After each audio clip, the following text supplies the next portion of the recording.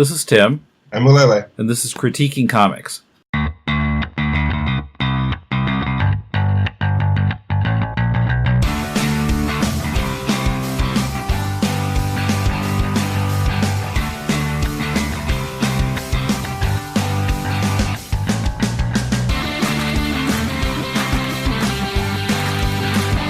Welcome to Critiquing Comics. This is Tim with Mulele in Tokyo. How's it going? So far, so good. I mean, I don't think I've worked this hard in a while, but yeah, I'm going. Yeah, Mulele has a Kickstarter going that we'll talk about later. But first of all, we've got a couple comics to talk about. The first one is called Jynx. That's Jynx by Kyle Fast. And I felt like this comic owes something probably to the old Chinese story about the monkey that leads a small group of travelers to the West to find Buddhist enlightenment, known as just as monkey in English, known as Sayuki in Japanese. I don't know the Chinese name. I mean, doesn't follow that story terribly closely, but the main character is kind of a monkey. I mean, the character design looks kind of like how the monkey character is usually depicted in Japan. Well, he's referred to as a monkey in the comic. And he talks about going west at one point, too. So I felt like the resemblance isn't coincidental. So west from where? Well, I mean, originally from China. I think in the original story going to India. Right, but I mean, in this story... In this story, I don't know. Just happens to be west. Okay. Yeah, I don't think there's any trek for Buddhist enlightenment in this. So, yeah, that main character...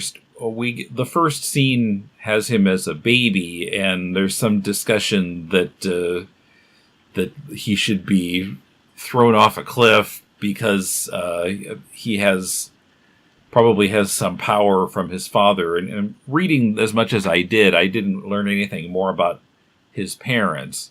But then another, and these are all kind of monkey humanoid type characters. Although the main character's fur is white and everybody else's is brown. But another monkey takes in the baby, and then we jump ahead 15 years. And the main character, well, Jynx is his name, and he breaks away from his caretaker because he wants to go see the world and go west and have adventure and see the jungle and whatever. The art is, well, clearly the coloring was done in a computer. I mean, if you look at that cover, the background is kind of fuzzy, as if it was in a photograph that was focused on the foreground. Mm-hmm. I guess the art is pretty good. I don't know, what did you think of it? Yeah, I thought the art was good. It hit all the right balances, and it seemed definitely animation-based. Animation-inspired, anyway.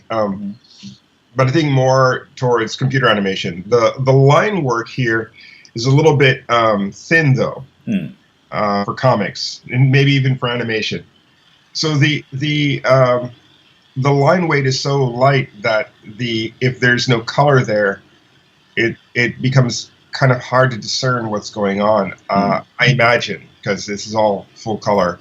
The colors themselves are fine, but there's nothing for mood. There's no I don't know what it's called in the art world, but like underwash or something to kind of give a tone to it. So oftentimes in comics coloring or just painting in general, there'll be like a base color that people put down. So it'll be like blue. Okay, so everything has a little bit of a blue tint. It gives a certain mood and actually ties all the other colors together because of it. and this seems to not do that so much. So everything is colored correctly, but kind of correctly for what it is, but kind of lacks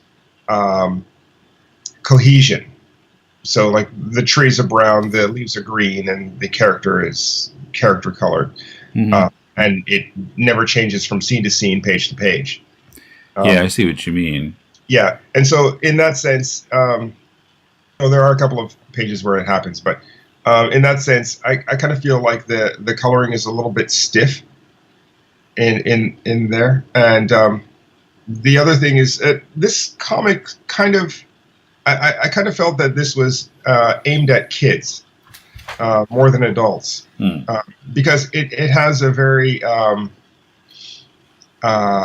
mild sense about it. It doesn't really hit you over the head with anything.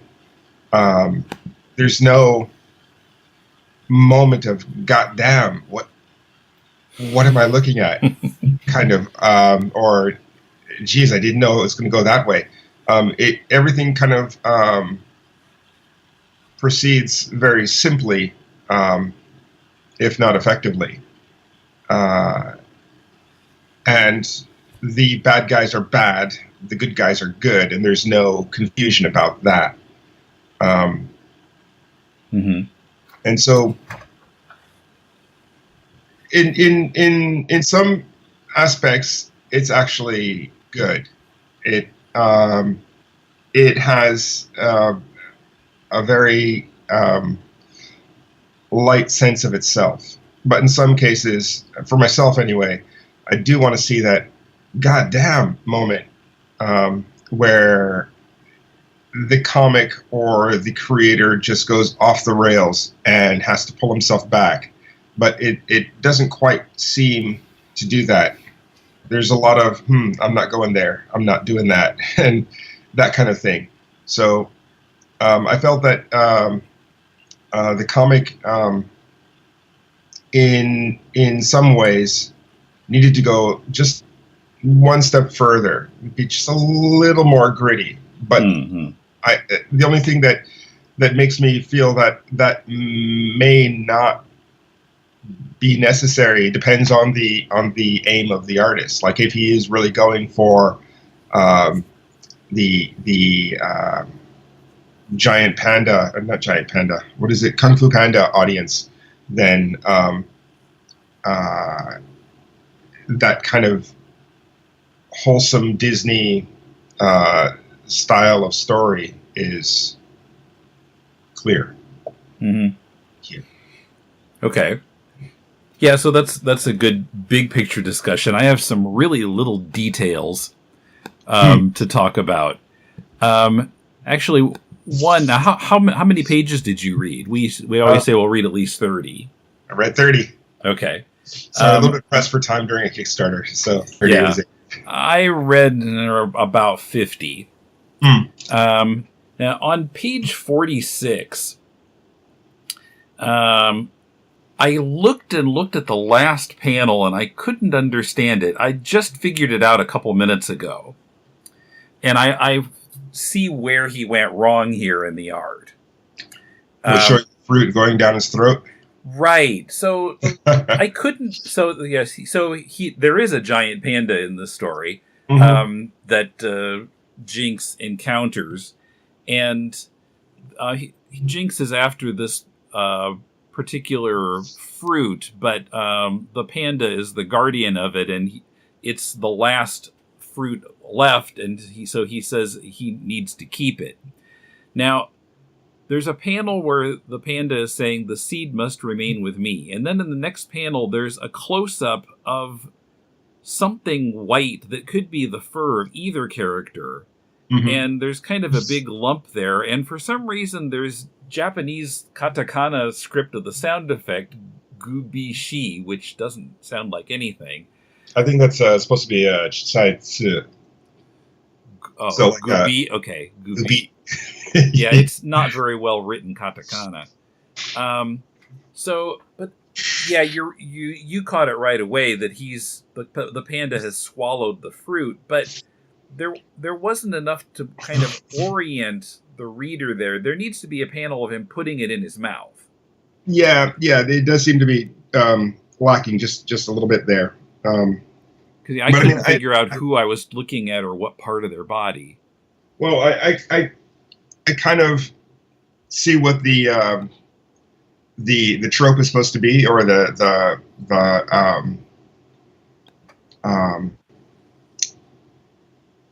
sorry, losing my language. You can just speak Japanese. Well, I maybe I'm just losing all language, but anyway, I can see what he's going for, and what the scene should be. Mm-hmm. He's got the fruit. He brings it close to his mouth, and then we have this rather abstract-looking picture.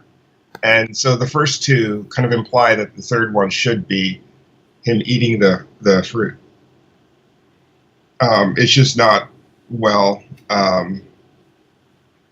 It's not well choreographed, or drawn in a way that is easy to understand. Yeah, because throats usually don't work that way.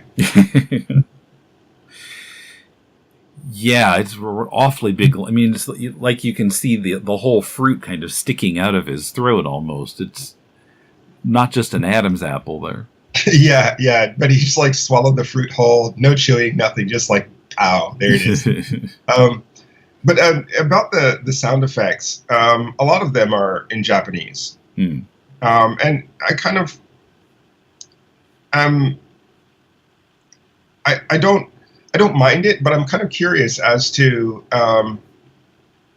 is there now just a natural expectation because of the import of Japanese comics into English that the sound effects will be in Japanese? I don't know. I mean, I'm wondering if he knows what sounds they are. Well, I mean, clearly he wrote Gubi, even if he wrote it a little bit poorly.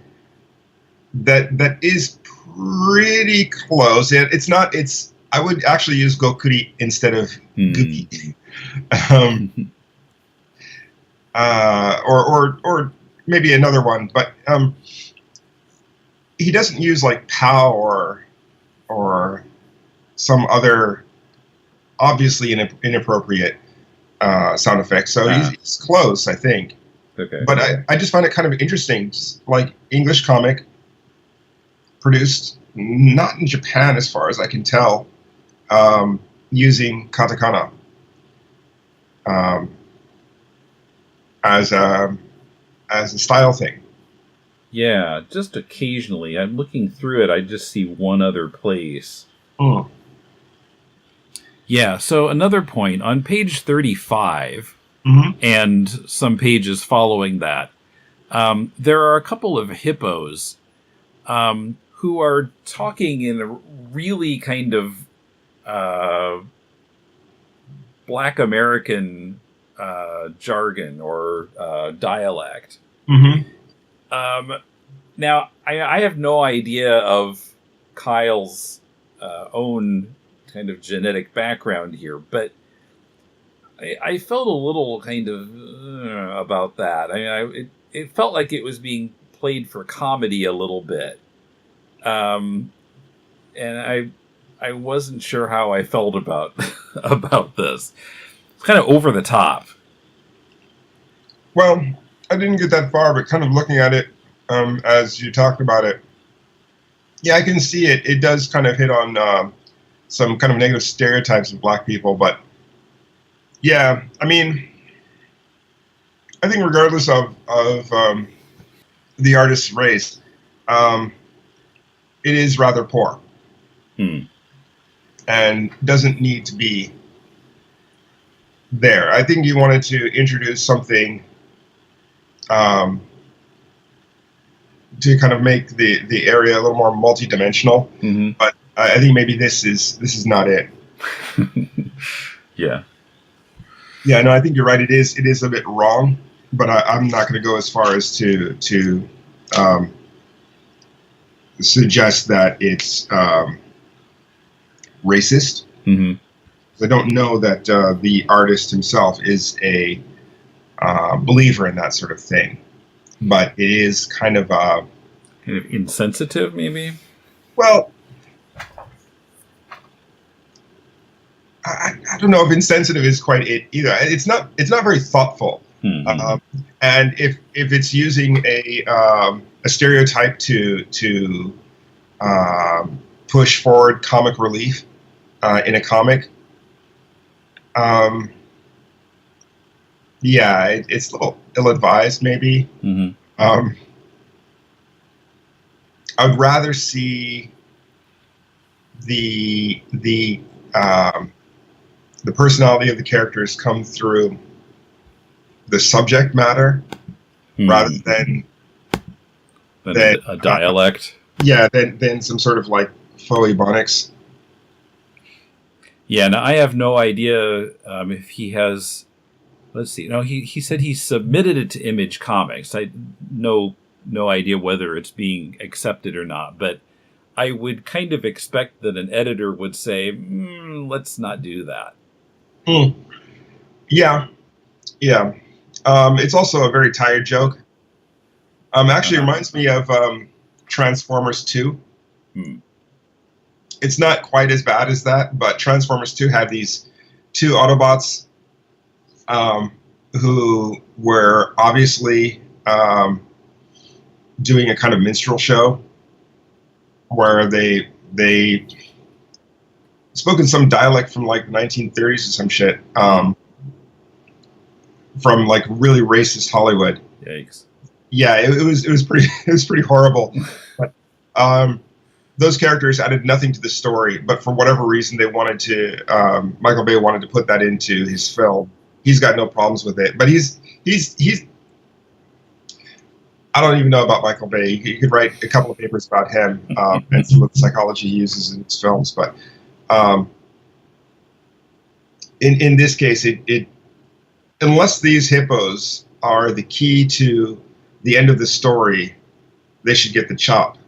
They don't. Yeah, or at least get rid of the dialect. At least. Yeah. Or tone it down at the very least. A couple of things about language kind of happens early on. So the Jynx's guardian didn't seem to be very clearly explained, but he for some reason needs bananas to survive. He has some kind of illness or something. Yeah. And Jynx says that something has destroyed the banana tree, and he's just managed to salvage this one last bunch. Yeah. And his guardian says that he will ration the bananas. And Kyle seems to have made up his own spelling for the word ration. Oh, okay. Rashin. And I looked at that and I'm like, what? Ration. Oh, okay. That's what, Ration is the normal English spelling of it. I don't know what's going on here, but if you don't know how to spell a word, you should look it up in the dictionary. I wouldn't necessarily disagree, and I don't mean to be contrarian here, but language is kind of flexible and always evolving. Sure, but I've never seen it spelled that way before, and there didn't seem to be any particular reason for spelling it that way. He's not trying to simulate some dialect there. Yeah, true. So, spell it the way that people are going to recognize it, I would say. True. I actually was kind of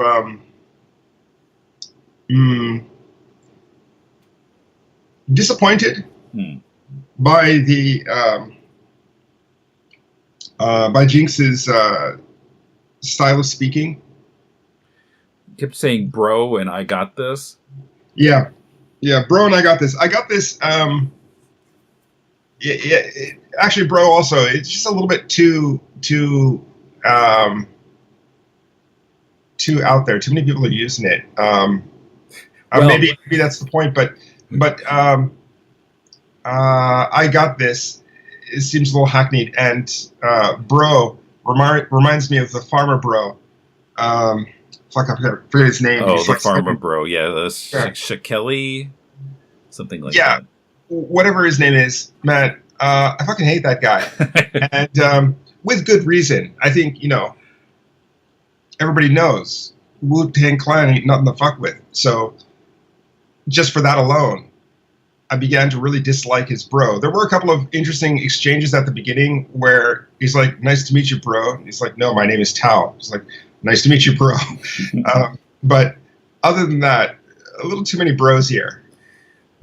Yeah, and the I Got This, I mean, it's been now maybe a year or two ago, but for a while on the iFanboy podcast, they were just kind of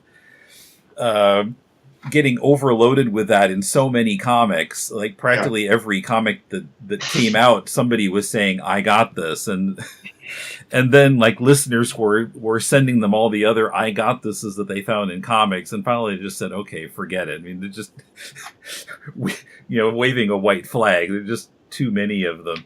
But yeah, it is definitely hackneyed. So yeah, it's kind of tiresome. Yeah, and it seems that he really has no understanding of what he's doing or why. There is no sense of urgency. Oh, sorry. One thing I kind of skipped. Bananas. Yeah, that was the other language point I was going to bring up. He puts an apostrophe in it. Well, I wasn't even thinking about that, but it's not a possessive; it's a plural. No apostrophe. Well, bananas are in short supply because the ants destroyed the tree. I thought was kind of a ruse. So did I. I expected to see like the completely intact tree in another panel, but yeah. But then, like later at night, because his master's trying to ration his bananas, he's going through all sorts of pain and whatnot. And I thought that's kind of fucked up. And then we find out that actually, no, it's true. There are no bananas. But I'm thinking, okay, yes, we have no bananas. Wait a minute.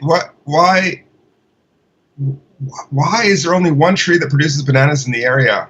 And what disease does this monkey have that he eats bananas? Or he dies. Or at least goes through pain. I can understand if it's something simpler, like there's nothing to eat.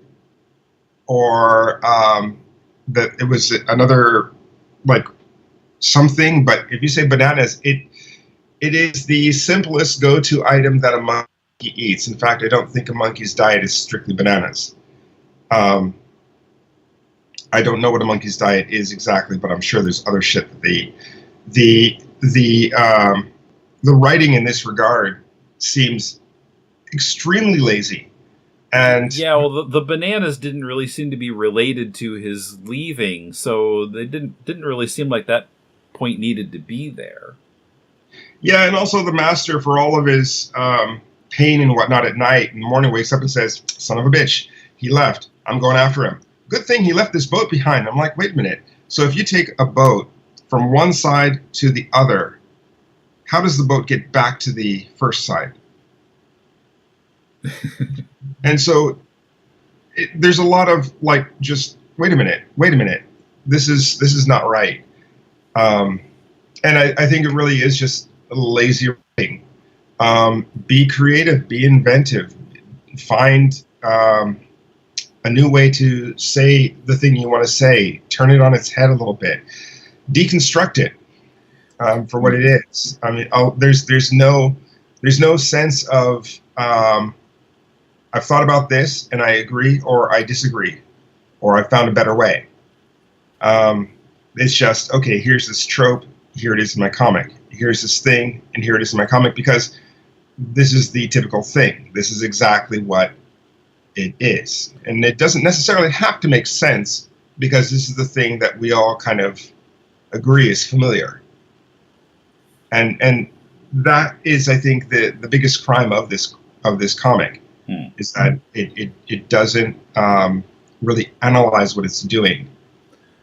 Yeah, and I don't feel like there's a clear goal. I mean, it seems like Jynx runs away just because he wants to see the jungle, but usually this kind of stories, there's a clear thing that the character is trying to get. Like in the monkey story, trying to get to India to get enlightenment, or I don't remember exactly, but something like that. Or the Wizard of Oz. Going to Emerald City, Dorothy's trying to get home. There's a clear goal. Where here it's not. He kind of makes up his goals as he goes along. I guess I'm going to get that fruit up in the high tree. Okay, and I'll fight the panda for it. But it would. I think it would work better if he lays out a specific goal when he leaves. And that's what the whole comic is working towards then. Yeah. The character lacks agency. Yeah, reading the 30 pages that I read, it was fun for turn your brain off kind of fun. For turn your brain off and read this because I have to read it fun. But I was trying to think back towards my childhood and when I was maybe 13 or 14 years old, what kind of stuff did I look for? Or even younger, like 11. I don't want to go too young because at a certain point it's just none of these concepts would make sense to me. But at like 11, 12, 13, at that time, what was I looking for in comics? And to be honest, I was always looking for kind of just interesting art. So, like looking at Zankiewicz or Zankiewicz. Yeah, Zankiewicz. Sorry.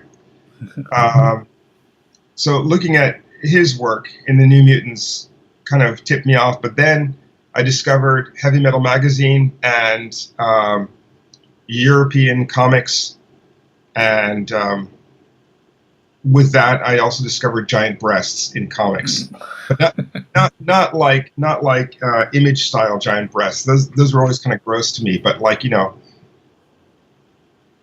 fertility goddess type breast in European comics, and like sex and sexuality and all that stuff. And so from that point, I was always kind of looking for the underbelly of culture. Of things that were not quite just straightforward in Disney. That could be something specific to me and my upbringing, but I'm thinking for this one, what is exactly the audience? Who is this aimed at?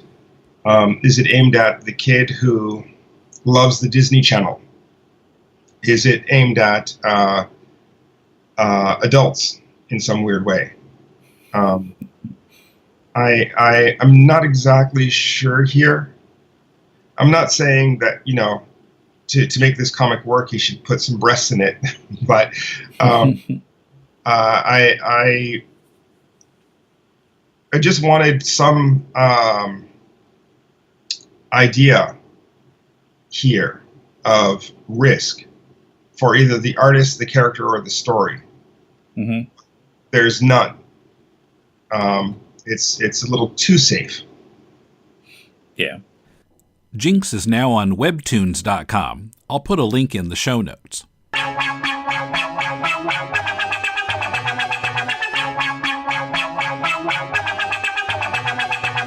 All right, our next comic is called Dark Soul by Kitito Minami.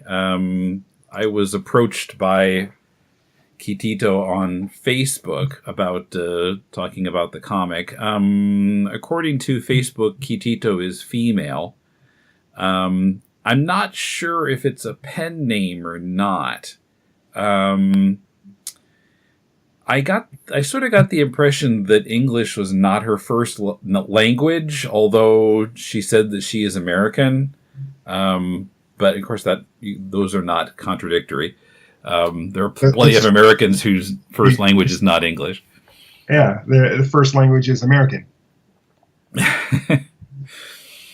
Yeah, something like that. Okay, so but this is very much in a manga style to the point that it reads right to left, which caught me off guard at first. I was trying to read it left to right and like, what? And why are these word balloons situated this way? And then finally I figured it out. Oh, okay. I guess I wasn't expecting that. The sound effects are in English, however. But I don't know. I read there. So there are 3 chapters of it on popcomics.com. Of course, I'll put a link in the show notes. But I read, like, the first chapter is 16 pages. I read that. I read much of the second chapter that's like 10 pages, and that was about as far as I got. I didn't quite get to 30, I guess. The first chapter, I found it really hard to understand what was going on. She doesn't really give us much kind of framing information in that first chapter. It's just kind of, I actually, when I read the first panel, I then checked to make sure that this was the beginning, because I felt like I was really being dropped into the middle of it. So a couple of guys, one is older than the other, and they're talking about a convention that's going to be held in the city of Meng, which I took to be where they are, maybe. Now, if you look at the beginning of the second chapter, it becomes a little bit clearer, but I don't know. They're talking about some secret, and then one of the guys goes and he's looking for his daughter, and I don't know. I had a hard time understanding what was going on. Did you get it a little better? Or I read all 3 chapters, and it was the 3rd chapter where it really all comes together. Oh, no, I'm just kidding. Actually, the first chapter, I kind of understood the basic idea of it. There's this convention of bosses for the city, but some of the language is not exactly clear. And I think it could be that she's not really deconstructing any of the tropes here. She's just grabbing bits and pieces from other things that she's either read or watched. There seems to be a lot of nods towards Chinese gangster movies. I'm thinking of some Chow Yun-fat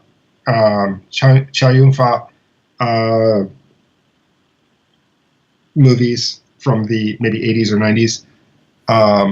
Some Hong Kong gangster movies. And there seems to be a lot of like unwarranted bravado and a lot of nothing here is subtle, I should say. And so much so that it almost is wrong in its presentation. The story seems to be a build-up to this convention where any of the warring factions take a break. But in the 3rd chapter, they introduce this assassination that's going to happen. Something like that. I'm sorry, it was a little bit of a rough read at the end. But the setup has a lot of potential. But it seemed to me that none of it was really explored too deeply. And there were a lot of things that she was setting up that weren't necessarily going to get a payoff. Is this the entirety of the story, or is there a lot more? I think this is all that's available so far.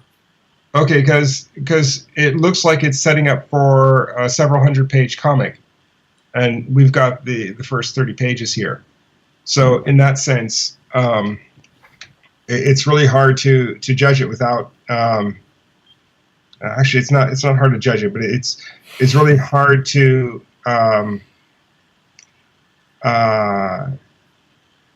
look at it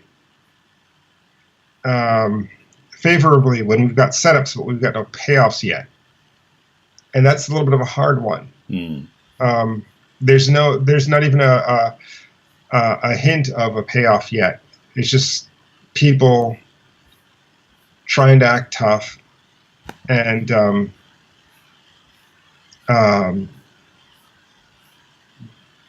generally being not nice to each other. There's a layer of politics here among the characters that would be better served if the characters themselves had, if we knew why or why they're being this way, or what their interest was in the organization. What, not just what did they want out of it, but what was the organization's main thing? Like, these people do drugs, but the drug business is waning, or these people do prostitutes, or these people do whatever, or this family is in all these illicit businesses, but they are trying to go straight by becoming a corporation, which isn't very straight if we look at like Bezos and Amazon. But still, there are a lot of like interesting things you can get out of this, but none of it seems to be going that way. And I don't see any of the. There's nothing more than the surface tension of the story, and inside it, it seems to be full of air. And I think that's why it's a little bit hard to discern what the plot is. Sorry, that's like a broad critique right up.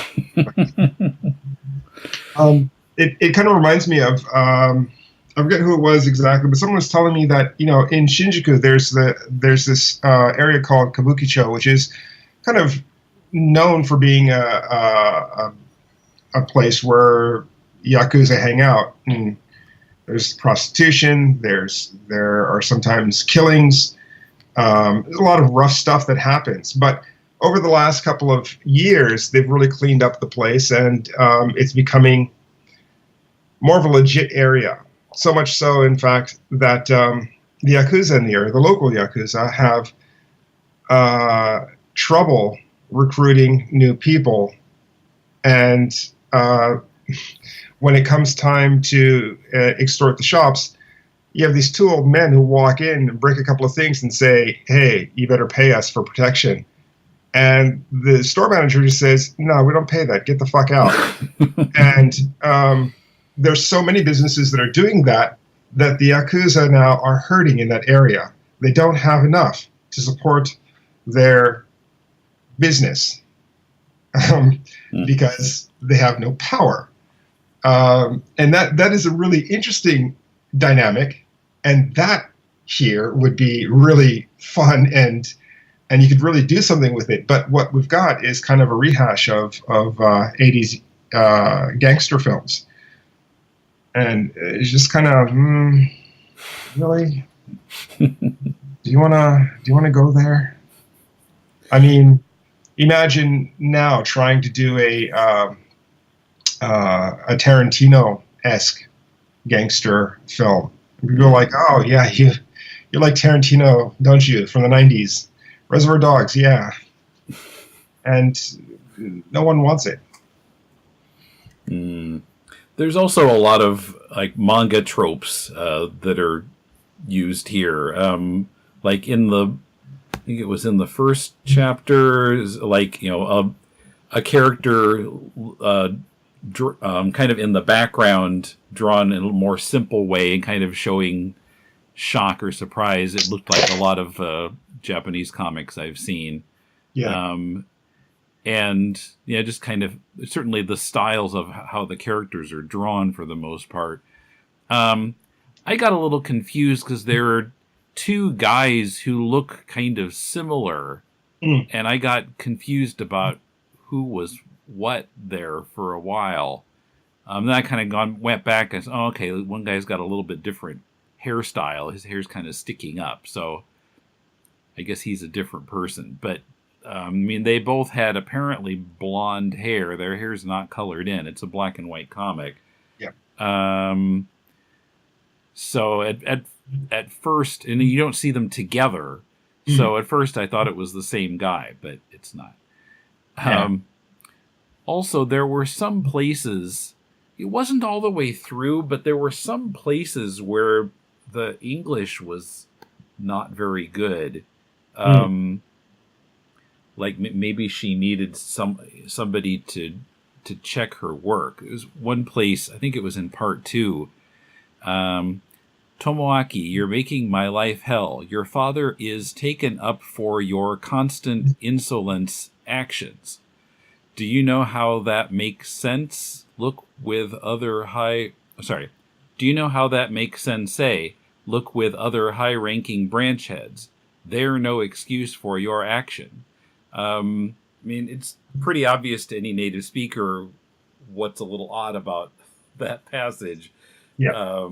It could be that she had someone check some of the dialogue and not other parts, or... Yeah, it is quite uneven. But, I'd say the dialogue here is not exactly the strongest part, but it is, for the most part, scene to scene, just people talking. There's like one action scene where they introduce the daughter. And she actually was kind of an interesting character. She seemed to be the least kind of stuck in this ridiculous plot. And so I kind of wanted to see more of her, but after the second episode, she doesn't come back. And we only got 3 episodes, so I guess she'll come back later. She seems kind of important, like the one person who could make this whole thing kind of collapse. Yeah, and her name is Tomoaki, which I think is usually a guy's name in Japan. Yeah. There was also a reference to Osamu Sensei, but Osamu is the given name, not the last family name. Yeah. Yeah. So maybe if you want to make that homage, well, I mean, if you're an Eikaiwa teacher, you get Sensei after your first name, but. Or like especially an assistant language teacher at an elementary school, but yeah, but yeah, if you're a martial arts sensei, I don't think it would be with your personal name. Yeah, it is a little bit weird, and if you wanted to make that homage, you could just say Tezuka Sensei if she was going there. But about the art, was a little bit rough in the beginning, but it starts to even out towards the middle chapter, and it still has a ways to go, but you kind of see that maybe in a couple of years she will be much better, and will have actually quite a lovely style. There's a lot of heavy learning that she did from manga, but if she were to kind of apply a lot more life drawing, I think some of the oddities of her style would even out quite a bit. But it is kind of a curious thing. What is the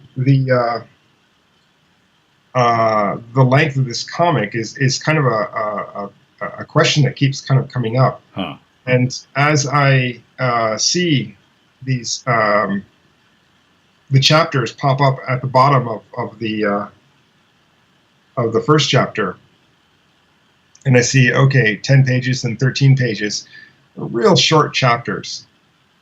But I mean, there's no hint as to how long this will be or what the timeline is like. And she does advertise a couple of different stories at the end of chapter 2 that have nothing to do with this current story.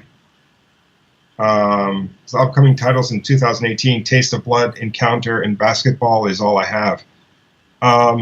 which would be great if this one,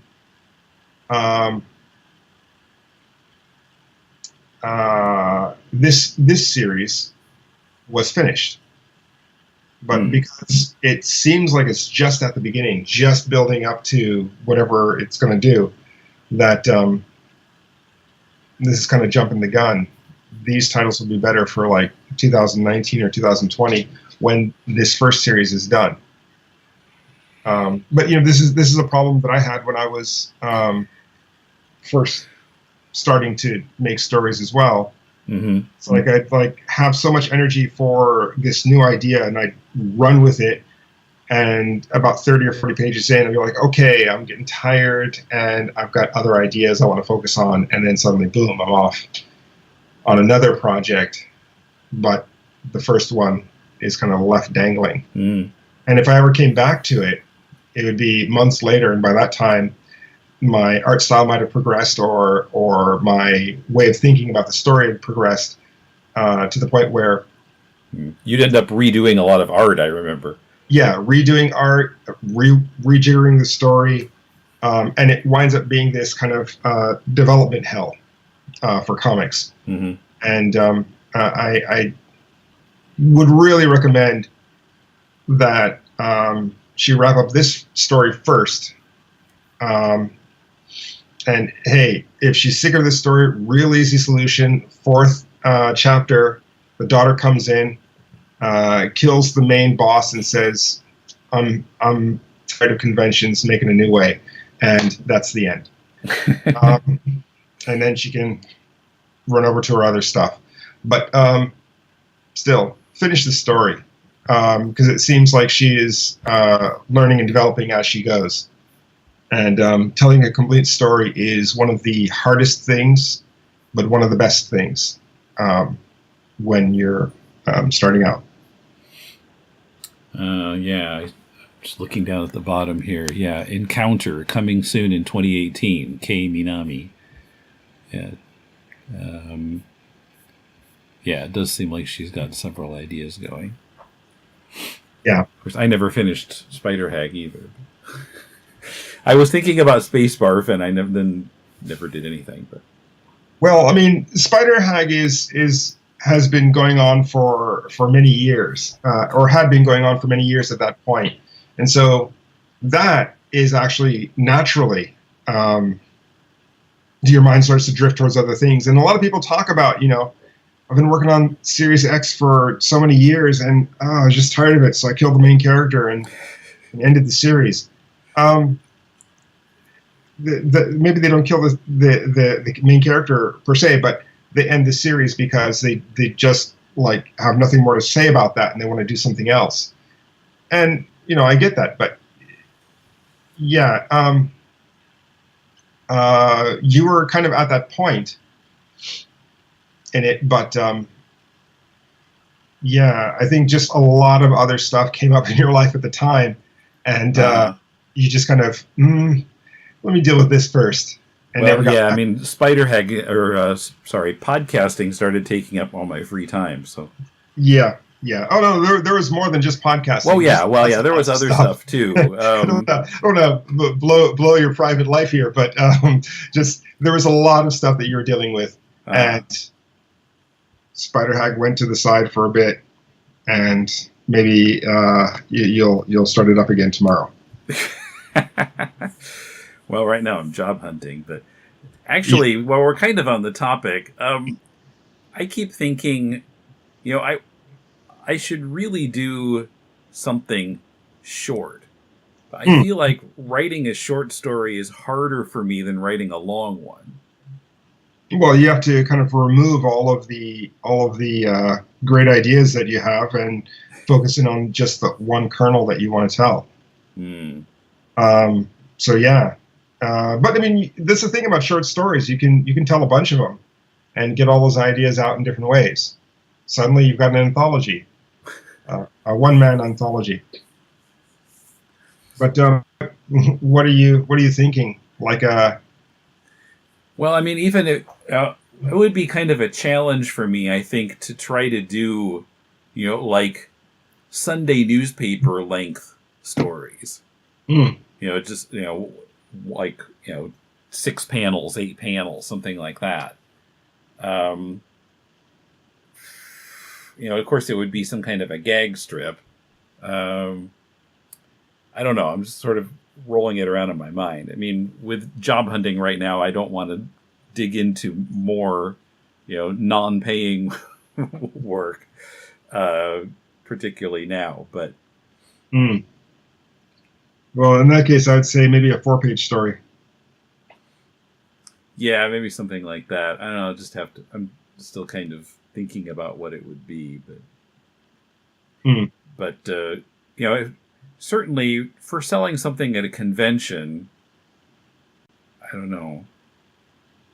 Spider Hag would be bad in a lot of ways, especially since the early chapters were drawn, when I was in junior high school, and those would be a tough sell. But that's the beginning of the story, so it would be, I think, hard maybe to get people to start there and read up to the later stuff that's drawn semi-competently. You ever see Evil Dead? Rings a bell. What is that? A guy with a chainsaw instead of a hand. Okay. Is this a comic? No, this is a movie, a horror movie from the 80s. Okay. First one is actually directed by Sam Raimi, and who did Spider-Man years later, and was starring Bruce Campbell,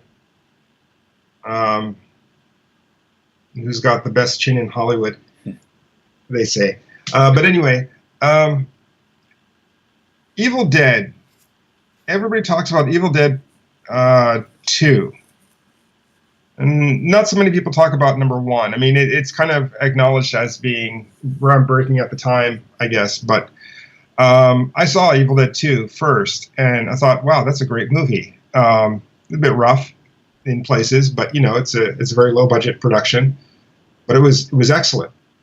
It kind of mixes horror and comedy and over the top gore effects. But I mean, like, they're cheap gore effects. So yeah, there's a lot of blood, but that's just red paint. You can kind of see it. And the latex costumes and makeup effects were so cheap that you can actually see in the film bits where the costume kind of wasn't completed. But anyway, Evil Dead Part 1 is kind of serious, straightforward horror movie stuff. And tells the story of this guy who, real quick, this guy who finds Book of the Dead in a cabin. I guess his uncle's cabin or something. I don't know exactly. I don't remember.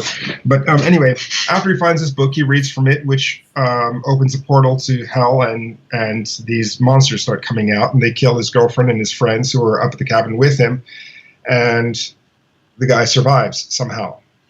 The end. Part 2,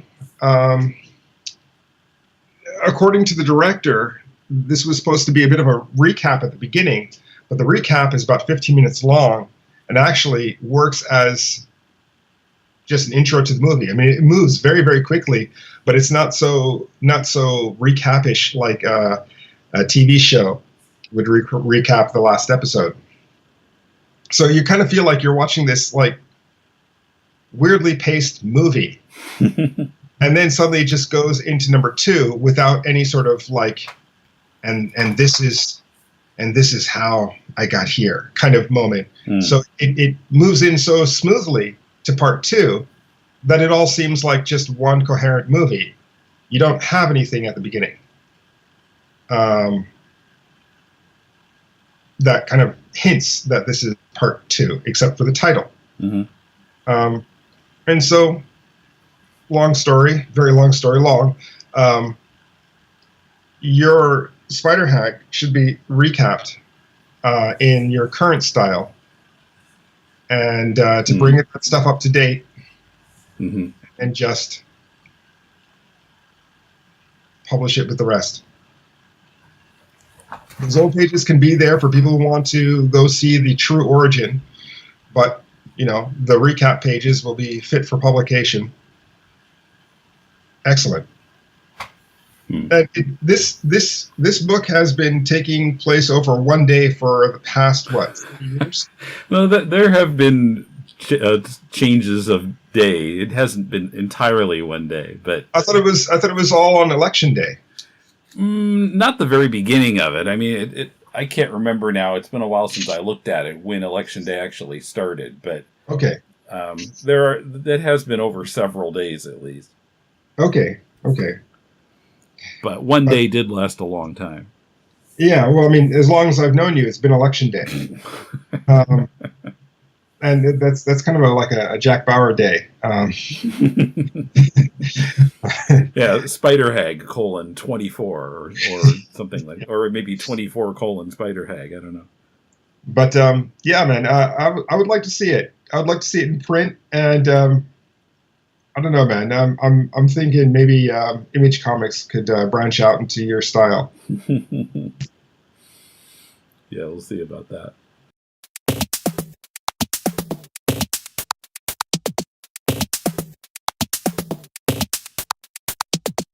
So Mulele's got a Kickstarter going on, and how's that coming along? Well, actually, at the time of recording this, we're just over 50%, and we've still got about 2.5 weeks left. So I'm feeling pretty good about that. I am, to promote this, doing illustrations of Japanese ghosts and monsters, which is kind of been an interesting side project in that basically running through a list of 60 different spirits and monsters, I guess yokai you can call them. It's kind of turned into its own book almost. I mean, if I were to publishing yakai by itself is going to be about 80 to 90 pages. I'm not exactly sure how many pages yet. I've got some intros and chapter notes to write, but this other thing, if I collect all the pictures together, it becomes I think at least 120 pages. Wow. Well, basically the idea being that on the right side you have the picture, on the left side you have a description kind of thing. I don't like putting words over a picture unless it's a comic, and then it's all part of the structure. But anyway, no concrete plans as to when, but I think definitely there's a second book coming out of this. But it's been kind of an adventure making this stuff. I'm not sure how this will wind up. Well, for the Yakai book, yeah, it is what I say it's going to be on the Kickstarter.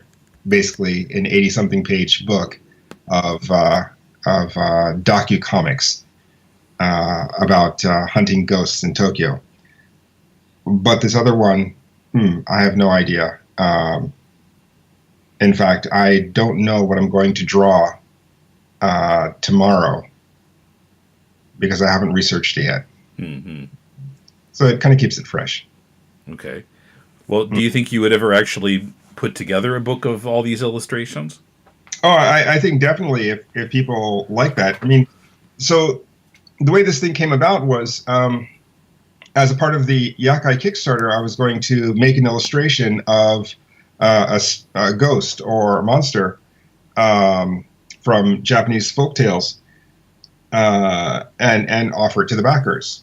And so I put that tier up on my Kickstarter and started drawing away. And at first it was going to be like, from pop culture. So I was thinking like Indiana Jones ghosts from Raiders of the Lost Ark, or Ghostbusters, Slimer and Marshmallow Man and stuff like that. And I drew the first one, which was one of the Pac-Man ghosts. And I did it kind of like, my style, not as like a fake 8-bit representation of a video game. And it just wasn't entertaining me. I didn't like it very much. Oscar actually liked it quite a bit, so I gave it to him. But I think he posted it on his Twitter. But when I got into the Japanese ones, I found it really, really interesting because there's a story there that's really old, and sometimes they have to pull out a little bit of information from their esoteric explanation. But I can kind of do my take on it, and it's actually been quite fun. It was an unintentional thing, but I mean, looking at the volume of work that's coming out, as of this recording, I'm at 20 pictures, which would make a nice little book anyway. But by the time this podcast comes out, I think I will be around 40 pictures, because I'm posting at a rate of 2 a day. Okay. I'm posting all of these pictures to Instagram and Facebook and Twitter at a rate of 2 pictures per day, like one every 12 hours. And they should, in fact, end with the end of the Kickstarter. So 60 total by, April 5th, April 4th? Mm-hmm. I see. Great. Yeah. Actually, I should say, though, that one of the things I realized was that doing these pictures and posting them on all these social media sites, I kind of lost track of the original intent of the Kickstarter, which was to promote this book. The book itself, let me just segue back to it, is a documentary comic of my exploration of haunted spots in Tokyo over the last 10 years. I should say it started 10 years ago with a friend of mine who's become the translator for all of my books into Japanese. But she and I 10 years ago went out looking for ghosts, found some weird stuff, and then kind of dropped it. And then, I went through various life changes and whatnot, and then kind of looking back on all of that stuff, decided last year to start making these stories as a way to kind of like bolster my income after that whole debacle with my job. Yeah. But it kind of worked for that in Tokyo. It was supposed to be like a quick little convention comic, but it actually grew into something that I quite like. So I decided to put it out in English as well. I thought that there was enough content of interest to people not in Japan that I just put it together into a graphic novel.